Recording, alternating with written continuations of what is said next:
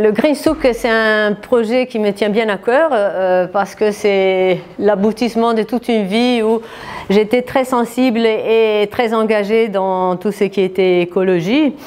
C'est 30 ans de vie au Maroc.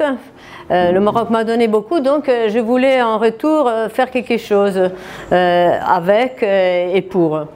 Donc l'idée du Green Souk, c'est de créer un petit souk vraiment paysan au cœur de la ville de Casa pour pouvoir offrir à la clientèle citadine des produits authentiques. Parce qu'au Maroc, on a encore la chance d'avoir des petits producteurs qui travaillent comme autrefois, qui n'utilisent pas des engrais chimiques ou des pesticides, pas parce que c'est la mode ou pour un nouveau engagement, mais parce que c'est leur façon de cultiver la terre et de se relationner avec leur environnement.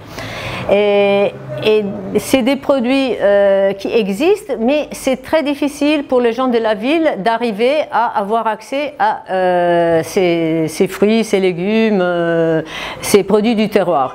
Donc souvent quand on parle ici de produits du terroir, c'est des produits déjà assez retravaillés qui sont passés par le marketing, le branding, etc. pour les rendre plus accessibles. Moi, l'idée c'était vraiment de rester très basique, de faire des produits simples,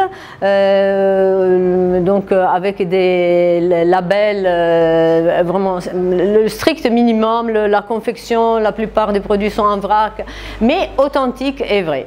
Et chacun de mes produits, donc je peux donner l'origine, le producteur, parce que ces gens-là, je les connais, je suis allée les voir, souvent je suis restée avec eux, je partageais des moments de vie, donc je sais la qualité de ce que je propose à mes clients. Tout d'abord, c'est les légumes et un choix de fruits. Les légumes arrivent tous les jours de deux fermes pas trop loin, c'est à Darboise et à Hedswell, mais aussi ailleurs. Et les fruits, ils nous sont livrés par des fournisseurs et un peu dans différentes régions du Maroc. Beaucoup ils viennent de Taza, mais aussi de Safrou. Et je viens de trouver de nouveaux producteurs, la région du Toubkal, etc. Donc c'est les produits frais parce que je pense que c'est la base de la nourriture et c'est qui manque. On a beaucoup de produits confectionnés bio, mais les produits frais, donc il y a une demande et il n'y a pas assez d'offres. Et à côté de ça, j'ai développé donc une série de produits où je fais moi-même, où je prends des coopératives ou toujours des petits producteurs, toujours sélectionnés. Donc c'est l'huile d'olive, l'huile d'argan, on fait des confitures. J'ai pu dénicher des miels assez rares, traditionnels, donc c'est pas dans des ruches en bois qu'on déplace, mais des miels qui sont faits dans les fameuses ruches en terre cuite, dans l'épaisseur de murs ou dans du bois du cèdre. J'ai des farines de blé, d'orge, etc. anciennes, donc avec un bas teneur en gluten, une série de couscous, etc., etc. Donc pas mal de produits tous vraiment très particuliers parce que par leur origine et la façon d'être produit. Au début, quand l'idée de ce projet est née, en effet, je voulais moi-même avoir une ferme. L'idée, c'était même d'abandonner la ville, de me transférer à la campagne, etc. etc. Mais j'ai vite fait compris que, d'abord, moi, je n'ai pas l'expérience ni l'expertise d'un paysan. Et au Maroc, il y a déjà beaucoup de producteurs. Il y a une production très intéressante qui est là. Mais ces gens-là, ils n'ont pas les moyens, les capacités de valoriser leurs produits et souvent à cause de l'enclavage, des distances, etc. Donc ils ne peuvent pas ramener sur le marché leurs produits. Donc j'ai pensé, non, mon rôle, c'est pas celui de produire, puisque je viens d'autres backgrounds, donc il vaut mieux que j'utilise donc mon local que j'avais déjà ici, mon expérience en tant que vente, mais aussi en tant que potentielle cliente, parce que moi aussi je consomme et je connais les problématiques de la clientèle qui veut se nourrir bien ici dans une grande ville comme Casa. Et donc j'ai dit, bon, je vais essayer d'aider tous ces gens-là à montrer, à valoriser leurs produits, à les porter sur un marché où des clients peuvent les apprécier et voilà, en profiter. Je trouve qu'il y a trop de produits importés. Et ça, en général, au Maroc, on a cette tendance à vouloir consommer des produits importés, des marques étrangères. Et ça, c'est pas bien pour l'économie, c'est pas bien pour la balance financière du pays. Et aussi, il y a beaucoup d'occasions perdues pour les producteurs ici, aussi pour développer une offre de produits plus structurés ici au Maroc. Parce que c'est très difficile de produire ici quand il y a des concurrents qui ont déjà une grande expertise, qui ont déjà voilà, beaucoup de moyens financiers. C'est une concurrence, disons, déloyale.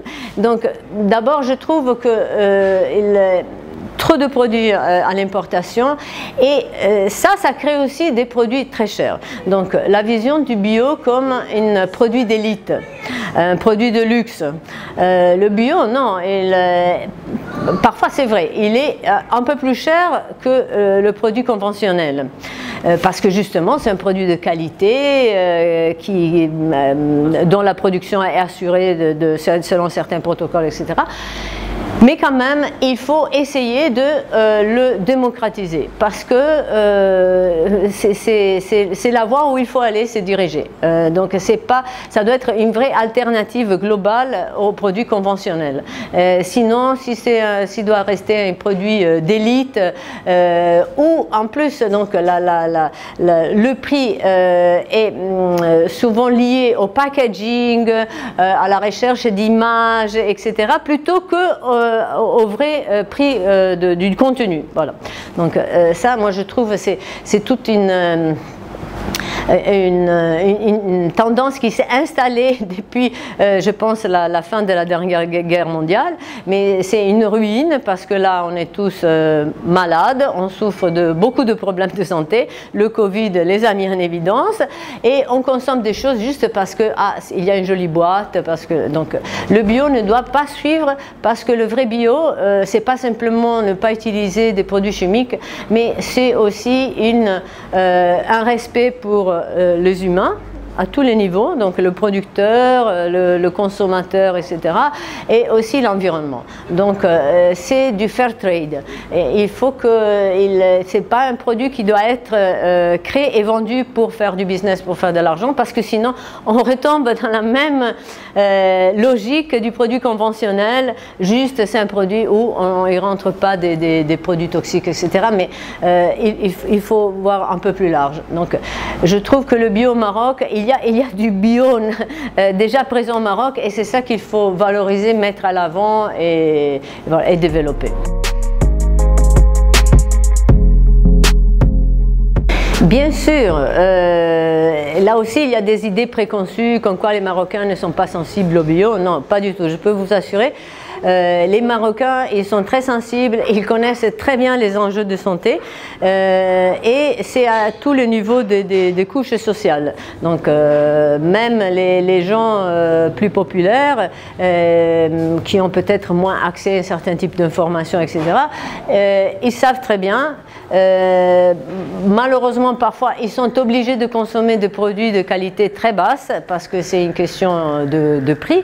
Mais les gens, ils savent faire la différence. Ils savent très bien qu'un produit de qualité joue un rôle au niveau de notre santé et que des produits industrialisés ou de basse qualité, voilà, ils nuisent à la santé. Ça, je peux vous assurer.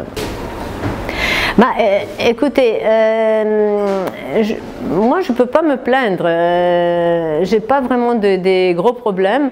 La boutique, donc je l'ai ouverte, c'était le 19 février 2019 et depuis là j'ai pu arriver à payer tous mes employés, mes fournisseurs.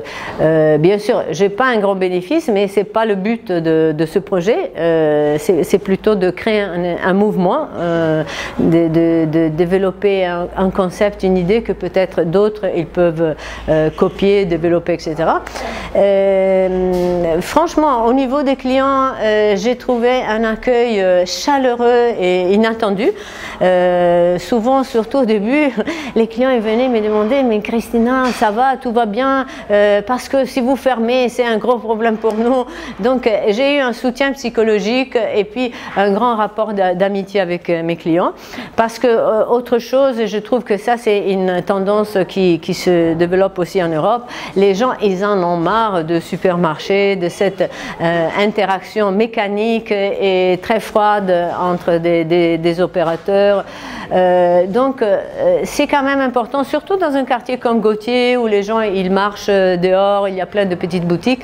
C'est important pour les gens de venir au Green Souk, échanger quelques mots, échanger des expériences, et surtout même au niveau du Covid, quand il y a eu le confinement, tout le monde était angoissé et donc c'était un moment très important et pour moi et pour mes clients.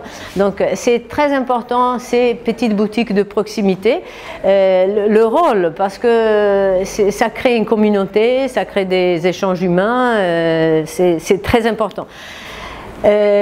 D'autre côté, avec mes fournisseurs, j'ai trouvé que des personnes très généreuses, prêtes à collaborer, donc pas de problème. Et puis bon, on a eu, surtout au début, on a dû faire pas mal de gymnastique, de logistique, parce que les produits nous étaient envoyés par car, le car il s'arrêtait à la gare, il fallait aller chercher rapidement les caisses ou les cartons avant que le car repart. Voilà. Mais ça aussi, c'est le Maroc, on arrive très bien à s'organiser, à se débrouiller. Donc, même au niveau logistique, on a ramené des produits de Foumsgui, des montagnes de Taza, des Nimlil. Enfin, il y a tout un réseau incroyable au Maroc. Donc, ce qui m'a permis, voilà, d'avoir des contacts, des expériences, point de vue humain extraordinaire. Voilà.